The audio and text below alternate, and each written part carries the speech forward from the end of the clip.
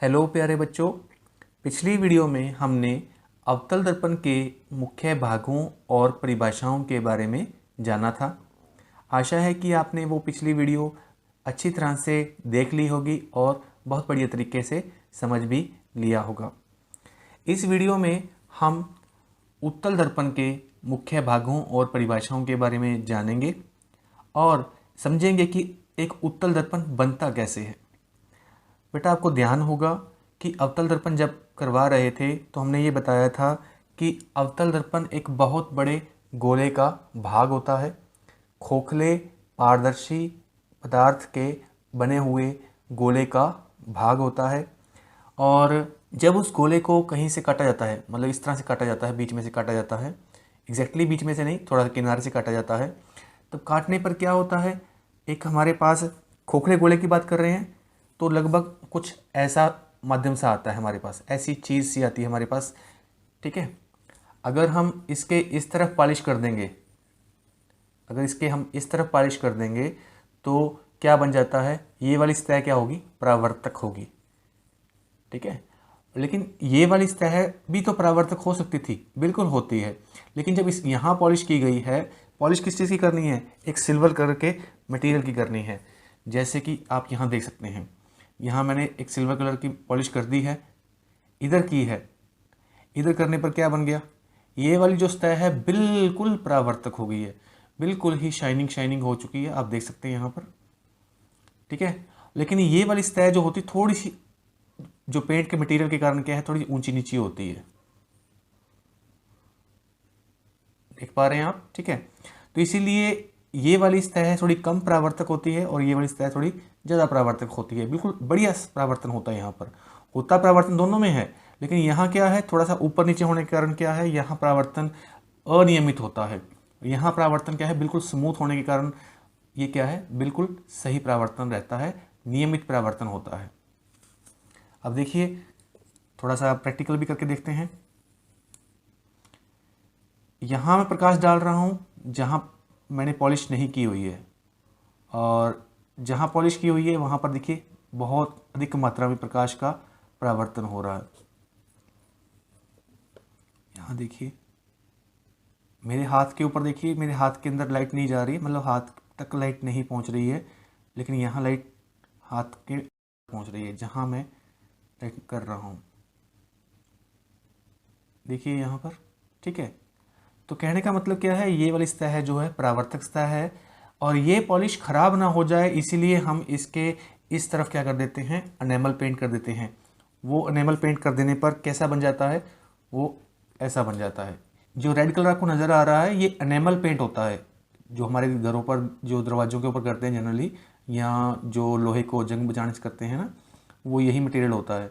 लेकिन इस enamel paint और इस कांच का जो सरफेस है, या ग्लास की सरफेस कह सकते हो आप, इसके बीच में जो मटेरियल किया हुआ है वो है सिल्वर कलर का, एक चमकीले पदार्थ की पॉलिश की गई है। ठीक है बच्चों, आपको दर्पण कैसे बनता है वो समझ आ गया होगा। अगर यही क्या करते हम, अगर यही हम करते कि ये पॉलिश जो इस तरफ की है, देखिए इस तरफ की हुई है, वो यहाँ ना करके इधर कर दी गई होती तो क्या होता, तो इस तरफ हम पॉलिश करने के बाद इसी के ऊपर ही हम क्या कर देते, एनेमल पेंट कर देते, और उसके बाद क्या है, ये वाली सतह क्या बन जाती, परावर्तक सतह बन जाती, और इस दर्पण को हम क्या बोलते, अवतल दर्पण बोलते। ठीक है बच्चों, अब इसको कैसे दर्शाएंगे, इसको हम दर्शाते हैं, पेपर के ऊपर दर्शाते हैं। पेपर के ऊपर दर्शाने के लिए ये हमने दर्शा दिया। ठीक है, और पॉलिश किस तरफ की हुई है, इस तरफ की हुई है, यानी कि पॉलिश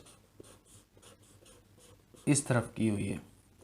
अब क्या है, जो इसका केंद्र है, जो इसका केंद्र है उसे क्या कहा जाता है, बिल्कुल सही बोले जी, उसे कहा जाता है ध्रुव। इंग्लिश में कहा जाता है इसको पोल, पी से दर्शाते हैं इसको। और यह किसी बड़े गोले का भाग होता है, तो उस बड़े गोले को बना लेते हैं। ठीक है, तो उस बड़े गोले का जिसका भाग है उसका कोई ना कोई केंद्र होता है, उसे क्या कहा जाता है? वक्रता केंद्र, सी से दर्शाया जाता है। इन दोनों को मिलाने वाली जो रेखा होती है उसे क्या कहा जाता है? मुख्य अक्ष। ठीक है, मुख्य अक्ष को हम आगे भी दर्शा लेते हैं, क्योंकि वस्तु कहाँ पड़ी होगी उसके बारे में भी हमें सोचना पड़ता है, इसीलिए मुख्य अक्ष इधर दर्शा लेते हैं। अब क्या है, यहाँ एक और बिंदु होता है जिसे हम फोकस कहते हैं। आपको पहले ही बताया गया है फोकस क्या है। फोकस एक ऐसा बिंदु होता है जहाँ पर प्रकाश की किरणें जो मुख्य अक्ष के समांतर होती हैं वो परावर्तन के बाद फोकस पर मिलती हैं। परंतु यह उत्तल दर्पण है, इसमें थोड़ा सा व्यवहार थोड़ा अलग होता है, उसके बारे में अभी जानेंगे। इसकी परिभाषा में थोड़ा सा अंतर आ जाता है। तो अगला बिंदु है द्वारक। इस बिंदु से लेकर इस बिंदु तक ये दर्पण है, यहाँ से लेकर यहाँ तक, यानी कि इसका जो व्यास है, डायमीटर है, इसे क्या बोला जाता है? द्वारक। कि जितनी लाइट को ये अपने पास आने दे सकता है उसे द्वारक बोलते हैं। मान लो हम इसके आगे हाथ रख लें ऐसे, तो लाइट कितनी आएगी? अब इसके पास सिर्फ इतनी इतनी इतनी इतनी एरिया पर ही लाइट आएगी, तो इसका इस समय द्वारक क्या हो गया? ये हो गया। लेकिन इसका जो सबसे ज़्यादा द्वारक क्या है? वो ये है अभी फिलहाल दर्पण का जो द्वारक है, यहाँ से लेकर यहाँ तक। वास्तव में ये क्या चीज़ होती है? ये एक गोलीय दर्पण का व्यास होता है, यानी कि गोलीय दर्पण के व्यास को उसका द्वारक कहा जाता है। ठीक है, इस बिंदु से लेकर इस बिंदु तक ये हो गया इसका द्वारक। अब है फोकस दूरी। फोकस और ध्रुव के बीच की जो दूरी होती है उसको क्या बोला जाता है? फोकस दूरी बोला जाता है। वक्रता केंद्र और ध्रुव के बीच की जो दूरी होती है उसे क्या बोला जाता है? उसे बोला जाता है वक्र त्रिज्या बोला जाता है। ठीक है, तो ये कुछ मुख्य बिंदु थे जो एक उत्तल दर्पण के बारे में आपको बताए गए हैं और मुख्य परिभाषाएं जो आपको समझाई गई हैं। इसके साथ ही आप ध्यान रखिए कि ये वाली सतह जो है परावर्तक सतह है, क्योंकि इस तरफ तो पॉलिश की गई है और एनेमल पेंट किया गया है। ये वाली सतह परावर्तक सतह है। हमारे पास ये लाइव दर्पण है, जैसे ये वाली सतह है परावर्तक सतह है। ये वाली चीज़ उभरी हुई है और ये वाली चीज़ अंदर की ओर थोड़ा सा, ये वाली चीज़ पॉलिश की हुई है इस साइड में। बार बार कह रहा हूँ, ये जो ऑरेंज कलर का जो पेंट किया हुआ है ये चमकीली सतह नहीं है, ना ही ये है जो चमकीला मटेरियल है। ये तो जस्ट प्रोटेक्शन के लिए लगाया गया है, इसके अंदर जो मटेरियल से पॉलिश की गई है। ठीक है, अब ये वाली सतह परावर्तक सतह है।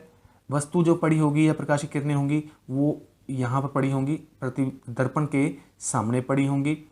और अब जब प्रकाश की किरणें आएंगी, अब प्रकाश की किरणें जो समांतर आएंगी ऐसे, वो क्या है? परावर्तन के बाद कहीं चली जाएंगी, टकराने के बाद किस दिशा में गई आप देख सकते हैं। जिस दिशा में भी गई, ठीक है, इस तरह से ये प्रकाश किरणें आई और टकराने के बाद क्या है? इधर गई, इधर चली गई।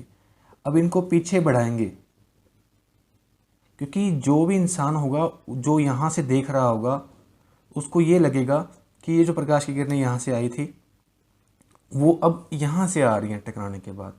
जब यहाँ से आ रही हैं उसको लगेगा कि दर्पण के पीछे से आ रही हैं, दर्पण के पीछे से आ रही हैं। या जो इंसान यहाँ होगा, यहाँ खड़ा होगा, यहाँ से देख रहा होगा, यहाँ अगर आपकी आँख है आप यहाँ से देख रहे हैं, तब आपको यह महसूस हो रहा होगा कि जो प्रकाश किरणें यहाँ से जा रही थी वो अब आपको यहाँ से दिख रही हैं। क्योंकि प्रकाश की कुछ किरणें यहाँ ऐसी भी तो होंगी ना, प्रकाश की कुछ किरणें ऐसी भी तो होंगी जो ऐसे जाते हुए और ऐसे जा रही हैं, और वो किरणें ऐसे होंगी। तो यानी कि इस वाले आदमी को, इस वाले पर्सन को ये लगेगा कि जो प्रकाश किरणें समांतर जा रही थी अब वो यहाँ से ऐसे आती हुई प्रतीत हो रही हैं।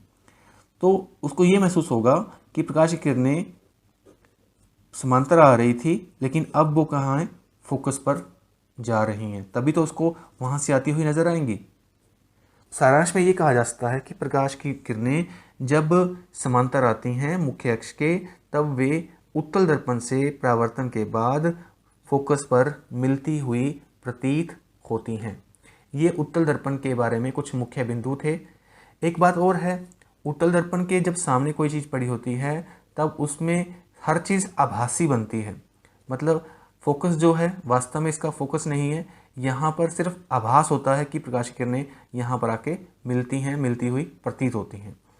और इसी तरह वक्रता केंद्र है, वक्रता केंद्र भी दर्पण के पीछे है, बस वस्तु को आगे रखा जाता है, बाकी सब दोनों चीज़ें पीछे हैं। ये मुख्य बिंदु थे उत्तल दर्पण के बारे में। बच्चों अभी इस वीडियो सीरीज में और भी बहुत सी वीडियोज़ हैं, टॉपिक्स हैं, जिसमें हम दर्पण के अंदर बनने वाले प्रतिबिंबों के बारे में जानेंगे और समझेंगे। वीडियो देखते रहिए, समझते रहिए।